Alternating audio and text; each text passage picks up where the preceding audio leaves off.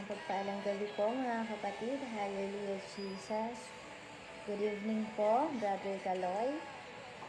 Hallelujah.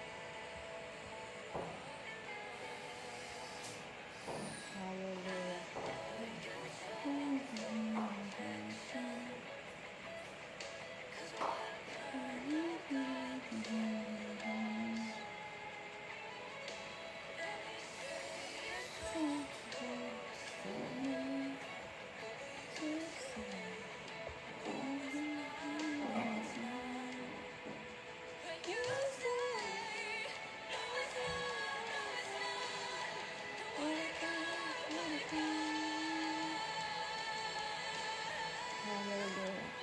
So tayo mga kapatid ay nagsisimula po at exactly 7:03 po mga kapatid. Hallelujah.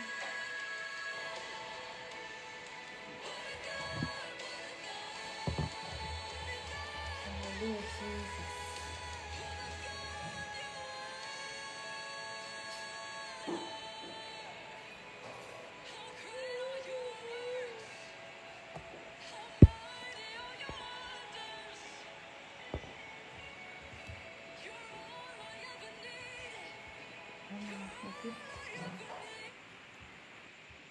Hallelujah.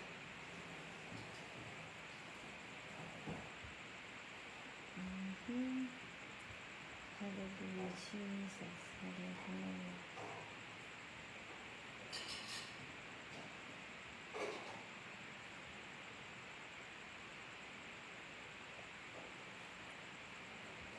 Ayan po. So, rinig naman po ang aking boses mga kapatid. Malinaw po ba sa inyong mga cellphone? Naririnig niyo po ba ako?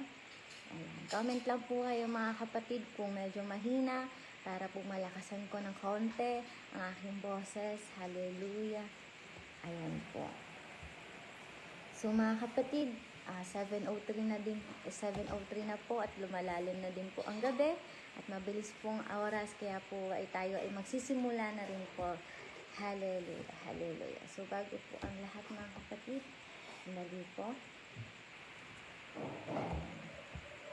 Wait lang po mga kapatid.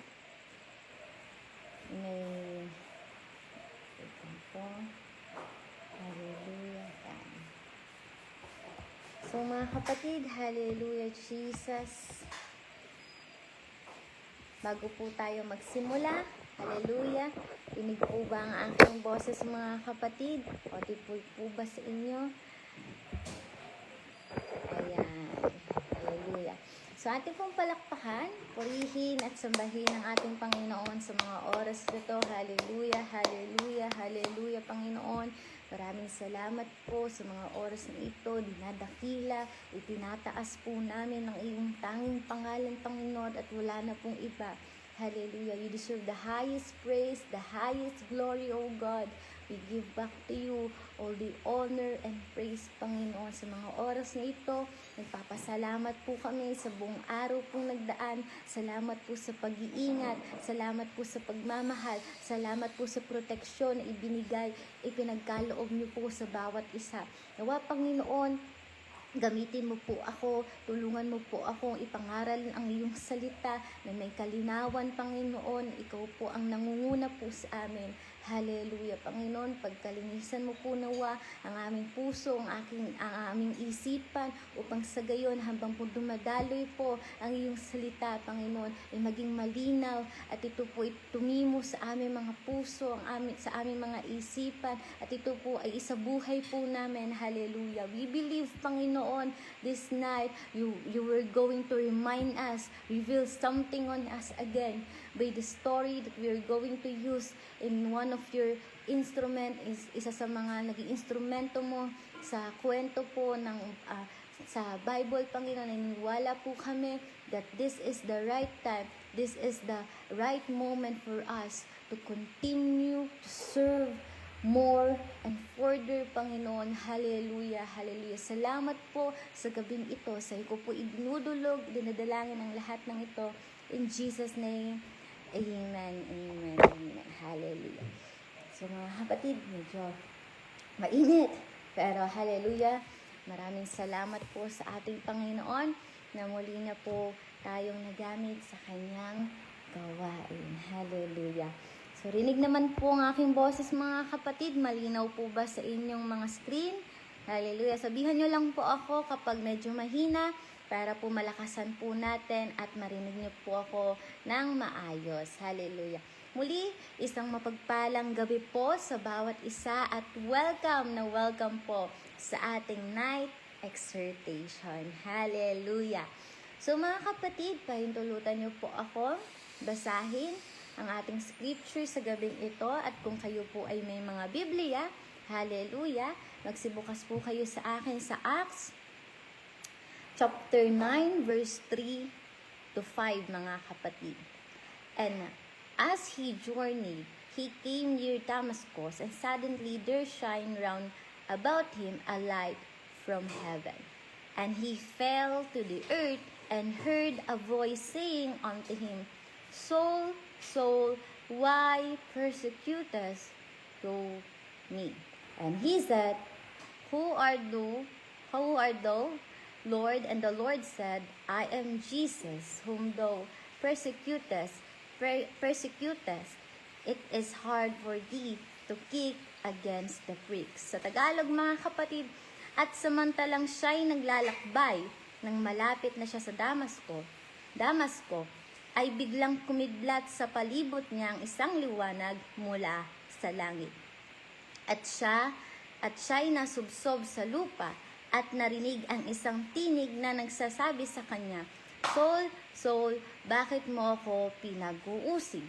At kanyang sinabi, Sino ka baga, Panginoon? At sinabi niya, Ako'y si Jesus, ako'y si Jesus na iyong pinag-uusig. Hallelujah. Palakpakan po natin ang pagbasa po ng salita ng Panginoon. We are already familiar with the story of Saul, mga kapatid. Hallelujah.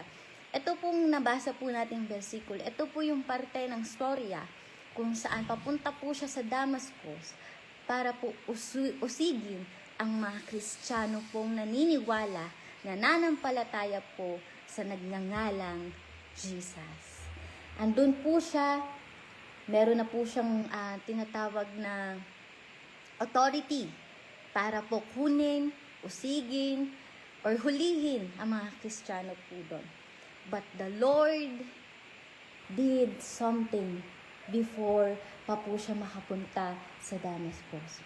At yun po ay mga kapatid, nagkaroon po ng liwanag, narinig niya po ang tinig ng ating Panginoon at pansamantala po siyang nawalan ng vision or paningin that time mga kapatid. At maya-maya mga kapatid, tatalakayin po natin, i-elaborate po natin ang storya pong ito at ano po ang connection po nito sa pamagat pong ibinigay ng ating Panginoon. Hallelujah! Muli, isang mapagpalang gabi po. Ayan, salamat po. Good evening po, Sister Herlene. At maraming salamat po, Brother Kaloy. Yan, dinig naman daw po ako. Ngayon pong gabi, ang nais po ng ating Panginoon na pag-uusapan po ay isa po siyang katotohanan kung saan dapat po nating tandaan sa ating paglilingkod, sa ating ebanghelyo mga kapatid, at sa ating pagtingin po sa mga tao. Good evening po, Sister Roan. Hallelujah. Hayaan niyo po akong mangaral sa pamagat po ng ating exhortation sa gabing ito na no one is beyond grace. Hallelujah. Let me repeat that again mga kapatid. No one is beyond grace. Wala nang lampas sa biyaya. Hallelujah. So ano po bang ibig sabihin ng pamagat pong iyong no one is beyond grace? Yan. Good evening po, Sister Chineret. Hallelujah. Ano po bang ibig sabihin ng ating pamagat sa gabing ito? Ano po ba yung grace? Patungkol saan po ba ito? Ano po ba yung biyaya kung sa Tagalog mga kapatid? Meaning mga kapatid, wala pong taong sobrang makasalanan para hindi mapatawad po ng Diyos. Naniniwala po ba kayo kahit ang pinakamasamang tao, kahit yung dati nang nakulong, yung nagdodroga, yung adik, mga kapatid, yung napumatay na po ng tao, kaya po siyang patawarin ng ating Diyos? Naniniwala po ba kayo doon? Hallelujah! Wala pong taong sobrang malayo para po hindi maabot ng pagmamahal po ni Jesus. You know mga kapatid, the Lord, even may mga tao pong tumatalikod sa ating Panginoon, may mga taong nawawalan po ng gana, may mga tao pong napapagod, may mga tao pong imbes na lumapit po sa ating Panginoon, mas gugustuhin na lamang nilang tumalikod at gumawa ng sarili nilang paraan. But you know mga kapatid, those people, kaya pa rin po siyang abutin ng ating Panginoon. Hallelujah. Good evening po, Sister Ivy and Sister Aiko. Hallelujah. At wala pong taong sobrang wasak para hindi maibalik ng ating Panginoon. You believe on that mga kapatid? Wala daw pong tao na broken, na disappoint, or let's say mga kapatid na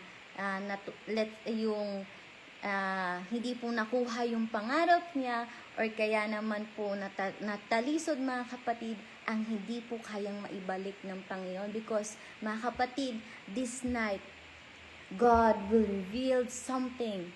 Hallelujah. Good evening po, Brother Joselito. Hallelujah. At higit sa lahat mga kapatid, walang taong sobrang imposible para hindi magamit ng Diyos sa kanyang gawain. Meron pong mga tao na akala po natin ay tahimik lamang. Akala po natin hanggang pag-upo lang po sila sa pagtuwing linggo mga kapatid. Pero we don't know that those people will be used by the Lord mga kapatid. Kayang-kaya pong gamitin ng ating Panginoon yung mga taong tahimik, yung mga taong akala po natin na hindi po magiging active. Kaya po yung gamitin ng Panginoon sa kanyang gawain. Hallelujah. And this time mga kapatid, sa ating nabasa po sa kwento po kanina sa ating scriptures mga kapatid, yun po ay kwento po ni Saul mga kapatid. Hallelujah. Kapag po naririnig yung pangalang Saul, dati po mga kapatid sa panahon po nila, ito po ay kinakatakutan ng mga Kristiyano. Kasi syempre mga kapatid, si Saul, yung umuusig, yung pumapatay, yung nanguhuli po na nananiwala sa pangalang pong Jesus mga kapatid. Kapag naririnig po natin yung Saul, bago pa po siyang naging si Paul mga kapatid, ang una pong pumapasok din sa isip natin, kapag nabasa po ninyo ang kanyang kwento, isa po siyang persecutor mga kapatid. Kaaway ng mga Kristiyano, isang taong may misyon na puksain po ang simbahan. Hindi po siya simpleng unbeliever mga kapatid. Hindi po siya yung simpleng unbeliever na kinukutya ang mga Kristiyano, but hindi rin po siyang simpleng makasalanan lamang, dahil talagang aktibo po siyang lumalaban po sa gawain ng Diyos. Kung mababasa niyo po ang storya po ni Saul, napakagrabe po ang ginawa po niya sa mga Kristiyano. Hallelujah. Kung ikaw po dati ay isang Kristiyano noong panahon pong iyon, malamang natatakot po tayo kapag naririnig po natin yung pangalang Saul. Kapag naririnig po natin yung pangalang yun, manghinginig ka na para bang ayaw mo siyang makita kasi nga huhulihin ka niya uusigin ka niya mga kapatid. Hallelujah. Good evening po, Sister Olen, and good evening po, Sister Juliet. Hallelujah. Pero mga kapatid, si Saul po, napakaganda po ng ginawa ng ating Panginoon sa kanya. If you're going to finish his story mga kapatid, you will be amazed how the Lord changed life. At gayon din po tayo mga kapatid. Kung dati, siguro, tayo ay matungayaw, palainom, kung ano-ano ng addiction, o kinakaadikan natin sa mundo. But as we get to know the Lord, as we know Him better mga kapatid, at habang sinusunod natin ang kanyang salita, doon po mga kapatid, natututo po tayong makinig, sumunod, be obedient po sa ating Panginoon na wala pong reklamo. At doon mga kapatid, paunti-unti, hindi naman po overnight ang pagbabago. But in small steps mga kapatid na hindi mo kinukompromise ang pananampalataya mo, nakikita po ng Panginoon yan. At nakikita po ng Panginoon kung paano sa paunti-unting pong yon ay nagbabago ka. Yung simple mong pananamit, mga kapatid, yung pagpalda mo, kahit hirap ka nang pumasok, hirap ka nang mag-work, but you still hold on sa pagiging apostoliko mo, sa pananampalataya mo. Kasi alam mo, you're not dressing for the people, para ma-impress sila sa'yo, but to glorify His name. Hallelujah, hallelujah. Good evening po, Sister Yolanda Di Mailig, hallelujah. And habang si Saul po ay naghahanap po ng mga Kristiyano dati.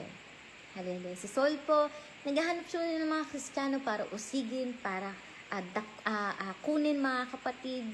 Hallelujah. Pero si Jesus po naman ay naghahanap kay Saul. Habang gusto niya pong sirain ang simbahan, may plano po ang Diyos na gamitin siya para palaguin ang simbahan. Excuse me po mga kapatid. Habang nakikita ng tao ang isang kaaway na si Saul, nakikita po ng Diyos ang isang future preacher, missionary, at soul winner. At ito po ang gustong maunawaan ng ating Panginoon po sa gabing ito. Minsan, makinig po tayo mga kapatid, minsan ang taong sinusukuan na natin mga kapatid ay siya palang taong gustong iligtas ng ating Diyos. Do you know mga kapatid, those people na gusto na po nating i-give up kasi nakakapagod ng paulit-ulit tayo pero hindi naman sila nakikinig sa ating sinasabi, parang pasok dito at labas naman sa kabilang tenga. But do you know mga kapatid, those people ay gusto po siyang iligtas ng ating Panginoon.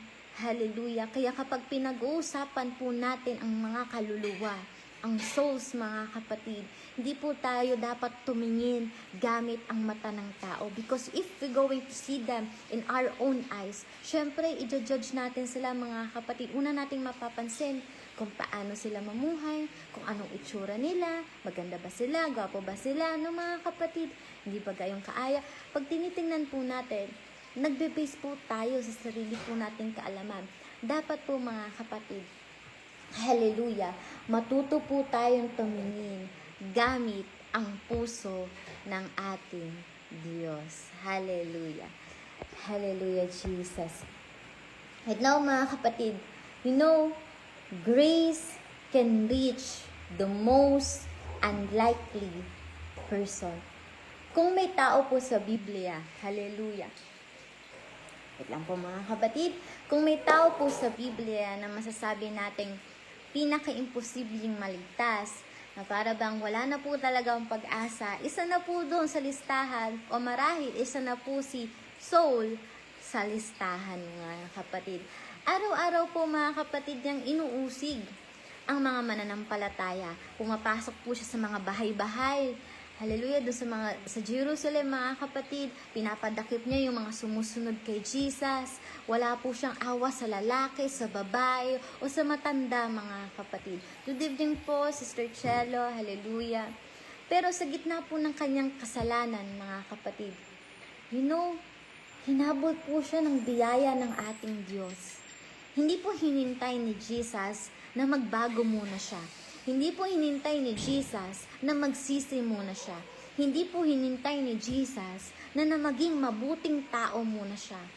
Kasi that time mga kapatid, si Jesus mismo ang lumapit po sa kanya. Sabi po dito sa Lucas chapter 19 verse 10 po mga kapatid, hallelujah. Ang sabi po dito, sapagkat ang anak ng tao ay naparito upang hanapin at iligtas ang mga nawawala. Again mga kapatid, Lucas chapter 19 verse 10, sapagkat ang anak ng tao ay naparito upang hanapin, hallelujah, at iligtas ang mga nawawala. Mga kapatid, this verse is a really beautiful verse mga kapatid kung babasahin at iintindihin po natin ang ibig sabihin nito. Hindi po sinabi ni Jesus na pumunta siya para hanapin po yung perfect. Hindi niya sinabi na bumaba po siya, na pumunta siya para hanapin yung mababait, yung magagaling, yung mga talento, mga talented mga kapatid. Ang sabi niya, pumunta siya para hanapin ang mga nawawala. Mga kapatid, hallelujah. May mga tao ba po ba tayong iniisip na hindi na magbabago? May mga kamag-anak ba tayo ng paulit-ulit na nating inaakay pero parang walang nangyayari? May mga kaibigan ba tayo na parang ang tigas ng puso, mga kapatid? May mga kaklase, ka-work ba tayo na parang wala pa rin interes sa ating Diyos kahit ano pong sabihin natin sa kanila patungkol sa ating Panginoon? Glory to God, hallelujah. Good evening po, Sister Grace. Huwag po tayo mawalan ng pag-asa. Di ba po, mga kapatid, habang may buhay, meron pa rin pong pag-asa. Dahil kung kaya pong baguhin ni Saul, let me remind you mga kapatid, Saul is a true person po ha. Hindi po siya basta lamang karakter na nilikha sa imagination. Siya po ay nangyari, siya po ay totoong tao mga kapatid. Dahil kung kaya pong baguhin ng ating Diyos, si Saul, mga kapatid, kaya po niyang baguhin kahit sino. Hallelujah, hallelujah, mga kapatid. You know, a divine encounter will change everything, mga kapatid. And alam ko po, ang bawat isa, meron na po tayong divine encounter sa ating Panginoon. Kaya ka nagseryoso sa pananampalataya mo dahil na naranasan mo nang ma-encounter ang Panginoon. Yung mga panahon na naghihirap ka, yung panahon na lonely ka, hindi mo alam ang gagawin, the Lord encounter you, the Lord talk to you, the Lord give you sign, the Lord, hallelujah, makes His way para malaman mo na hindi ka nag-iisa. Sa daan patungong Damascus, mga kapatid, sa kwento po ni Saul. Kanina po sa binasa po nating scripture, mga kapatid, hallelujah. Isang liwanag po mula sa langit yung bumalot po kay Saul that time. Hallelujah. Isang simpleng encounter po kay Jesus ang nagbago po sa direction po niya, mga kapatid. Imagine, papunta po siya sa Damascus para po usigin, para hulihin yung mga Kristiyanong nananampalataya, naniniwala kay Jesus. But the Lord meet him before he go there. Siya po ay binalutan ng isang liwanag. Mula sa doon, mga kapatid, sa pansamantala, di ba po, kung babasahin niyo po ang kanyang storya, pansamantala po siyang nawala ng paningin, mga kapatid. At mula sa pagiging taga-usig ng simbahan, mga kapatid, naging tagapagtanggol po siya ng ebanghelyo, mga kapatid. Mula sa pagiging kaaway po ni Kristo, naging lingkod po siya ni Kristo.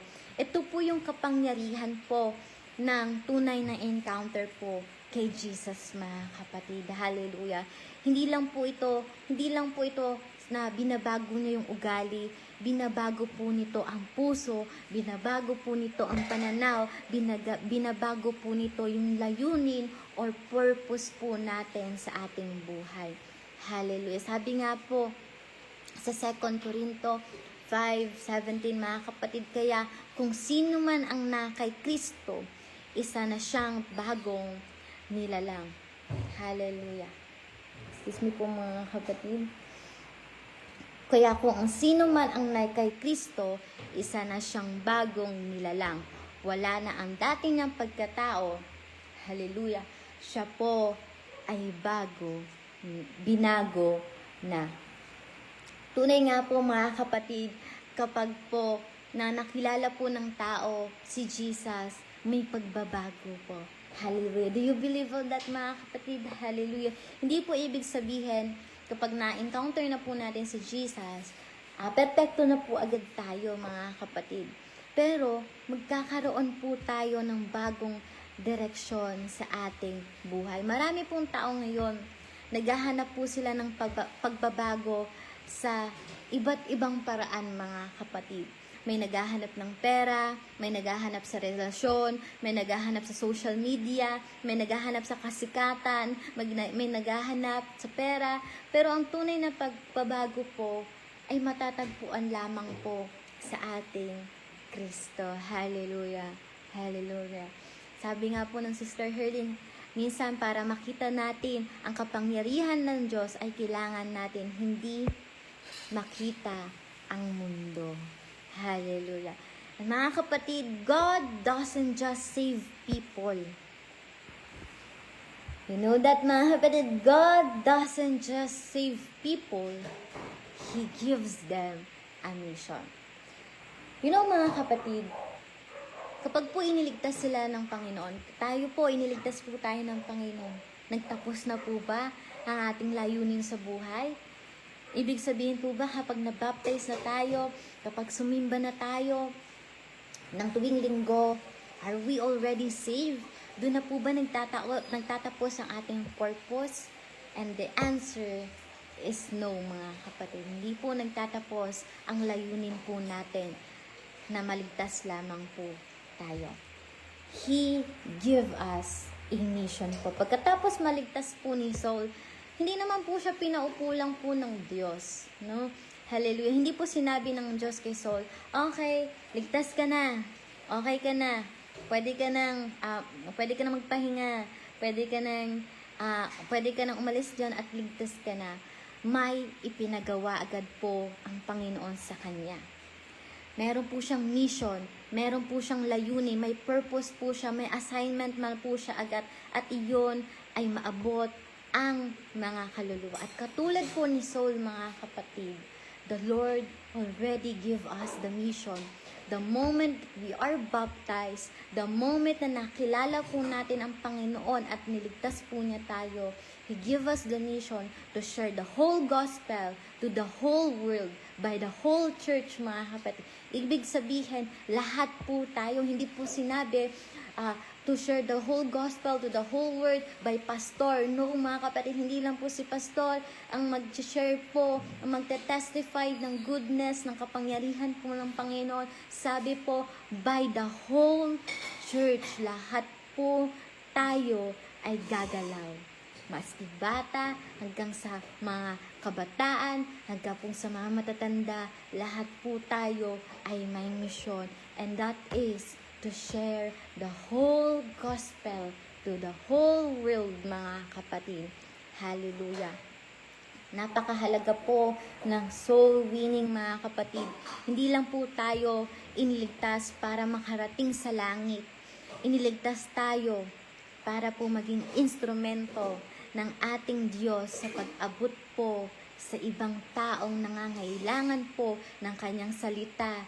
Hallelujah, hallelujah. Sabi po sa Mateo chapter 28, hallelujah. Ito, mga kapatid, Mateo chapter 28 verse 19-20, kaya puntahan ninyo ang lahat ng tao sa mundo at gawin ninyo silang mga taga-sunod ko. Bautismuhan ninyo sila sa pangalan ng Ama at ng Anak at ng Banal na Espiritu. Turuan ninyo silang sumunod sa lahat ng inuutos ko sa inyo at tandaan ninyo, ako ay laging kasama ninyo hanggang sa katapusan ng panahon. Mga kapatid, hallelujah, to our brothers and sisters in Christ, mga kapatid, church, hindi po aksidente na nandito po tayo. Hindi po aksidente na napindot nyo po itong live at ang pangangaral ay patungkol, hindi po sa encouragement, hindi po para po sa paglago natin spiritually, but it's also about soul winning po, mga kapatid, kung paano din ang isang encounter, ang isang pagbahagi mo ng salita ng Panginoon ay kaya pong magbago ng tao. Hallelujah. Hindi po aksidente na may mga tao po sa paligid natin. Hindi aksidente na may pamilya po tayo. Hindi aksidente na may mga kaklase tayo. Hindi aksidente na may mga trabaho tayo or may mga katrabaho tayo. Baka tayo po ang paraan ng Diyos para marinig po nila ang gospel, ang ebanghelyo, mga kapatid. Hallelujah, hallelujah. Sometimes, mga kapatid, hallelujah, Jesus, sometimes, the souls we fear are the souls God wants to save. Minsan, mga kapatid, yung souls na akala po natin, kinakatakutan na po natin iligtas dahil po napapagod po tayo mangaral, napapagod po tayo mag-share, parang paulit-ulit ang cycle. Those are the souls na gusto pong iligtas po ng ating Panginoon. Isipin po natin si Ananias, mga kapatid. Ananias or Ananias. Hallelujah. Pagpasensya nyo po ang aking pronunciation. Nang sabihin po, si Ananias o Ananias, mga kapatid. Hallelujah. Maalin po doon sa pronunciation na po yun. Isa po siyang tagasunod po ng ating Panginoon that time kay Saul. Nang sabihin po ng Diyos sa kanya, nang puntahan po niya si Saul, natakot po siya, mga kapatid. At honestly, valid naman po yung takot niya. Kasi mga kapatid, buruin mo, pinapunta ka po ng Panginoon sa isang nag-uusig or may galit sa mga Kristiyano. Hallelujah. Kilala po kasi si Saul that time bilang kaaway po ng mga Kristiyano. Pero sumunod pa rin po si Ananias or Ananias, mga kapatid. At dahil po sa kanyang pagsunod, naging bahagi po siya ng himala ng ating Diyos. Minsan, mga kapatid, church, minsan yung mga tao pong iniiwasan natin. Hallelujah. Minsan may mga tao po tayong iniisip na hindi naman sila worth it para pangaralan, para isyaran, mga kapatid. Minsan may mga tao na hinuhusgahan po natin agad, pero baka sila mismo, those people, yun po yung gustong iligtas po ng ating Panginoon. At ikaw po ang nais niyang gamitin bilang instrumento. Kung gusto po nating lumago, mga kapatid, we must be intentional. We must do our part, our mission sa ating church. Hindi lang po tayo, hindi po dinisenyo ang church para lang po puntahan lagi natin, sumamba, mga kapatid, umupo at makinig ng preaching. The church was designed also for us para din makapakinig at para po by listening, mga kapatid, isabuhay po natin at sharean po natin yung mga nakapaligid po sa atin. Sabi po dito sa 1 Timothy chapter 2 verse 4, mga kapatid, nais niyang maligtas ang lahat ng tao at malaman nila ang katotohanan. Pansinin po natin, mga kapatid, hindi po sinabi na ilan. Hindi po sinabi yung mababait lang, yung mayaman lang, yung talentado lang, mga kapatid. Ang sabi po niya, ang lahat ng tao. Kaya ang puso po natin ay hindi po para sa yaman, sa naisin natin, sa dream natin, mga kapatid. Ang puso po natin ay para po sa souls, ay dapat ay katulad din po ng puso ng ating Diyos. Hallelujah, hallelujah. A changed heart becomes passionate for souls, mga kapatid. Matapos mabuksan po yung mga mata po ni Saul that time, hindi po siya naghintay ng matagal. Hindi po sinabi sa Bible, naghintay pa siya ng 5 years bago siyang kumilos. Siya ay naghintay pa ng ilang pang taon. Hallelujah. Nagsimula na pong agad mangaral si Saul that time, mga kapatid. Yung dating gusto pong pumatay sa Kristiyano, ng mga Kristiyano, siya na po ngayon ang nangangaral tungkol kay Jesus. Bakit? Why? Paano ang dating nanguusig, mga kapatid, ang dating kaaway ng mga Kristiyano, ay siya na pong nangunguna, nangangaral, hallelujah, at ginagamit po ng ating Panginoon. Dahil po kapag tunay po nating naranasan yung biyaya ng Panginoon, that no one is beyond the grace of the Lord, mga kapatid, gusto mo maranasan din iyon ng iba. Pag naranasan po natin kaano naging mabuti po ang Panginoon, kung paano ang biyaya niya, iniligtas po tayo, meron sa iyo, merong burden, merong naigsin sa iyo na iparanas din sa iba yun. Kung naranasan mo, kaya ding maranasan ng iba ang biyaya ng ating Panginoon. Kapag alam po natin iniligtas po tayo ng Diyos, Gusto mo ding may maililigtas din, mga kapatid. Kapag alam po natin na ibinago na po tayo ng ating Diyos, gusto mo may magbago rin.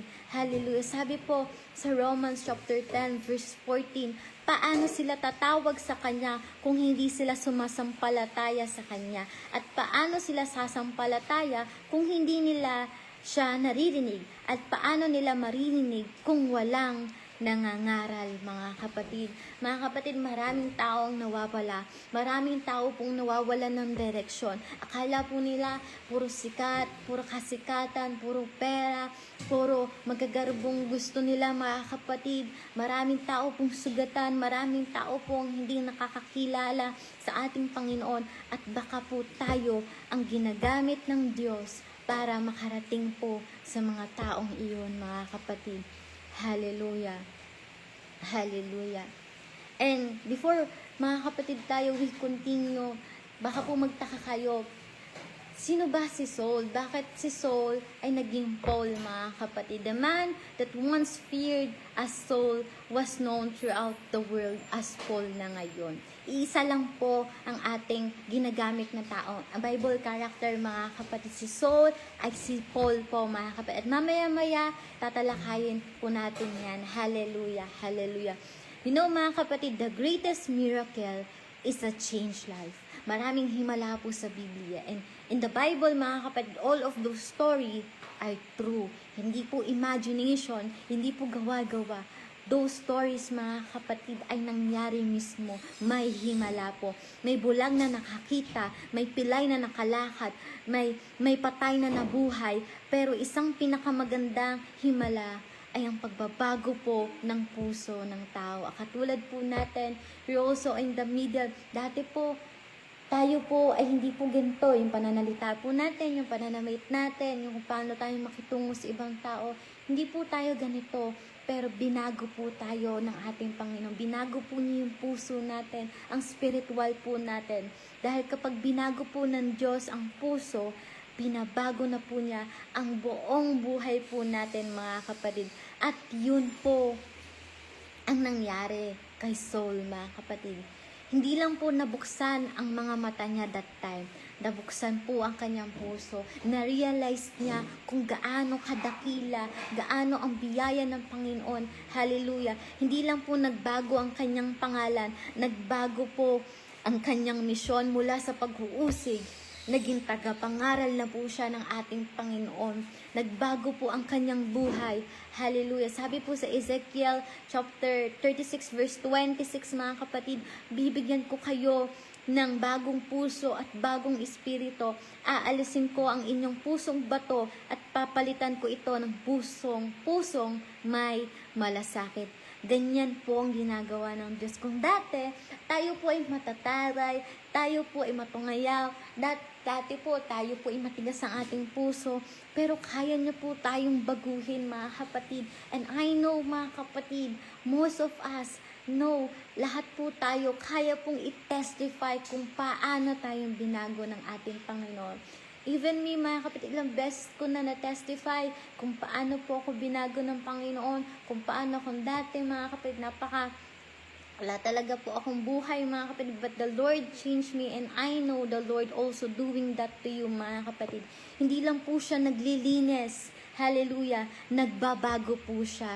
Hindi lang po siya nagpapatawad, nagbibigay po siya ng bagong buhay. And you know, mga kapatid, si Saul po, kaya po talaga nagbago ang kanyang pangalan. Ito po kasi yung Hebrew name niya. A name of heritage and tradition. It connected him to his people po, sa past niya, sa tribe po ni Benjamin, and the pride of Pharisee, mga kapatid. And right now, alam po natin, ang pangalan po niya from Saul, naging Paul, mga kapatid. At hindi po yun aksidente. Hindi po aksidente na inisip lang ng Panginoon, palitan natin ang pangalan mo kasi hindi maganda. No, mga kapatid. Meron pong reason behind in His name kung paano ang taga-usig na si Saul ay naging tagapangaral, naging preacher, naging missionary, naging soul winner na si Paul, mga kapatid. Because Paul was his Roman name, mga kapatid. A name that spoke to the world, mga kapatid. He was now called to reach no? Para mag-reach po ng mga soul, para po sagipin din yung mga soul na nangangailangan sa ating Panginoon. A name that bridge cultures, mga kapatid. Mga kapatid, hallelujah. Sa pagtatapos po ng mensaheng pong ito, gusto lang pong iwan ng ating Panginoon ang katotohanan pong ito na no one is beyond grace. Kahit po tayo mga kapatid, kahit anong galing, anong talino, anong yaman, anong talento po natin, we cannot go na mas higit pa sa ating Panginoon. Hindi po natin kayang higitan ang biyaya ng ating Panginoon. Walang lampas sa biyaya ng ating Diyos. Hallelujah, hallelujah. Kung may mga taong sinusukuan mo na, huwag ka muna pong tumigil sa pagdarasal. Kung may tao ng mga kapatid na malapit mo ng sukuan kasi napapagod ka na, mga kapatid, church, this is the reminder of our Lord na keep on praying, keep on fasting for that people, for that person, because those souls na akala natin ay wala na, sila po yung gustong iligtas pa ng ating Panginoon. Kung may taong matagal mo nang inaakay, hallelujah, huwag kang mawalan ng pag-asa. If soul ay kayang baguhin ng Panginoon si Saul to Paul, mga kapatid, what more? Hallelujah, ngayon pa mga kapatid, kung may mga taong tilang napakalayo sa ating Diyos, tandaan po natin si Saul, dahil ang isang persecutor that time ay naging preacher. Who would have thought, mga kapatid, yung dating taga-usig, yung dating kinukulong ang mga Kristiyano or dinadakip, mga kapatid, ay naging preacher, nangunguna na sa pangangaral ng ating Panginoon, sa pangangaral ng salita ng ating Panginoon. Ang isang kaaway, mga kapatid, naging apostol po siya. Ang isang taong gusto pong sirain ang simbahan ay, hallelujah, naging isang pinakamalaking ginamit ng Diyos para palawakin ito. Hallelujah. At kung ginawa po yun ni Jesus kay Saul, mga kapatid, kayang-kaya din po niya yung gawin sa mga taong ipinagpe-pray po natin, sa mga taong inaakay po natin. Because yung Panginoon po ni Paul that time, it is the same God that we are serving right now. Wala pong bago. Siya pa rin, mga kapatid, ang Panginoon na iyon. Mga kapatid, huwag po nating kakalimutan. Yung bawat tao pong nakakasalubong natin, meron po silang soul, meron po silang kaluluwa, at ang bawat kaluluwang yon ay mahal po ng Diyos. Kahit gaano po silang kasama, kahit ano pang sabihin nila, kahit siraan nila ang ating Panginoon, you know, mga kapatid, the Lord loves them and the Lord wants us. Tayo naman din ang pumunta, mag-share, mga kapatid, at gusto ng Panginoon tayo po ang maging instrumento para ang mga taong yung ay unting-unting pakilala ang ating Panginoon. Hallelujah, hallelujah, hallelujah. At ang bawat kaluluwang yun, mga kapatid, mahal po yun ng ating Panginoon. Kaya magmahal tayo, magbahagi po tayo ng gospel, mga kapatid. Magpray tayo para sa mga nawawala, para sa mga tumalikod. We don't need to judge them. Rather, we pray for them. We welcome them, mga kapatid. Hallelujah. Maglingkod po tayo ng may habag at lagi po nating tatandaan. Hallelujah.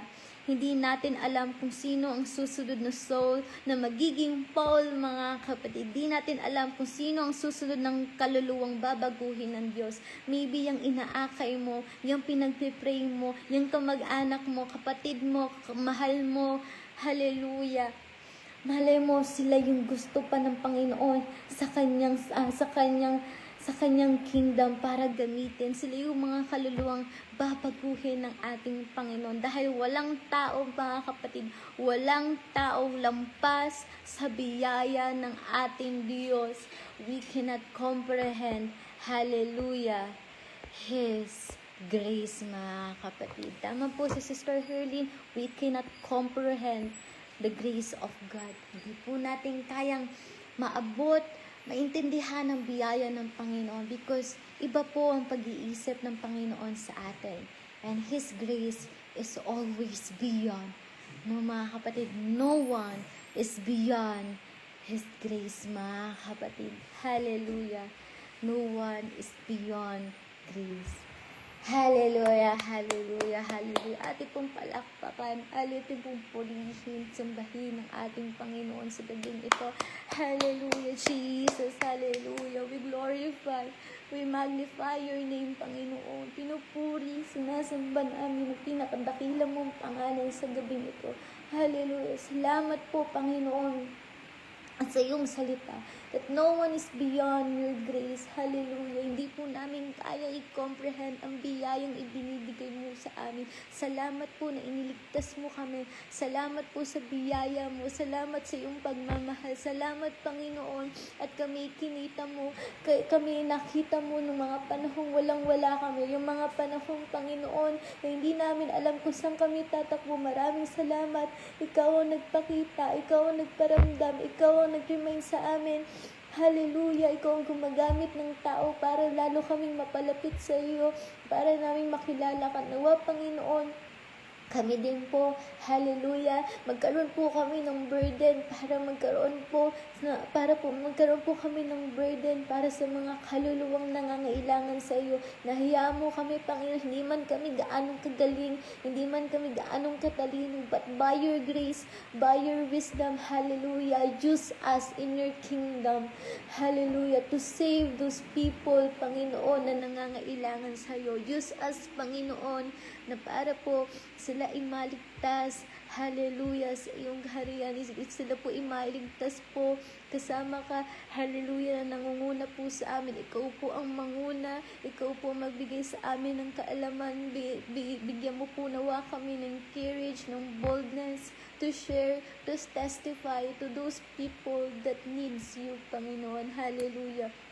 Salamat po sa gabing ito. Salamat po sa biyaya. Salamat po, Panginoon, sa protection mo. Salamat sa salita mo that remind us how important to know those souls that needs you, Panginoon. Nawa, Panginoon, bigyan mo po kami ng kalakasan, ng kaalaman, ng karinungan, Panginoon, na mag-share, hallelujah, i-testify sa kanila kung gaano ka naging mabuti, kung gaano ang biyaya mo, hallelujah.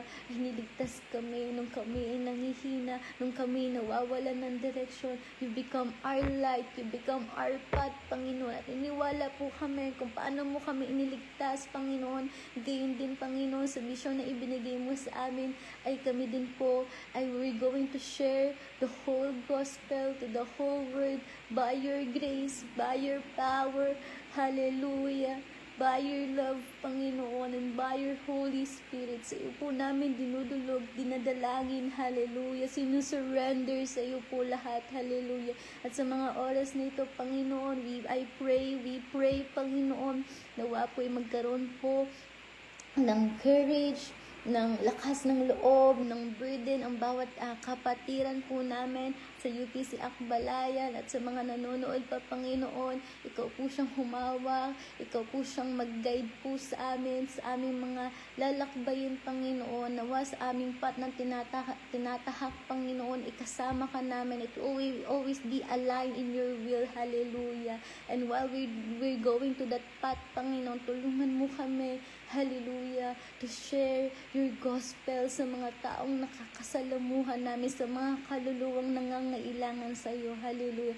Panginoon, we pray, hallelujah, we claim more souls, more disciple, Panginoon, sa iyong pananambahan. Sa iyo namin dinudulog, idinadalangin ang lahat ng ito, hallelujah, Jesus. In Jesus' mighty name, we claim it, oh God. In Jesus' name, amen, amen, amen, amen. Hallelujah. Maraming hallelujah. Yan, God bless us all po, mga kapatid, and good night po.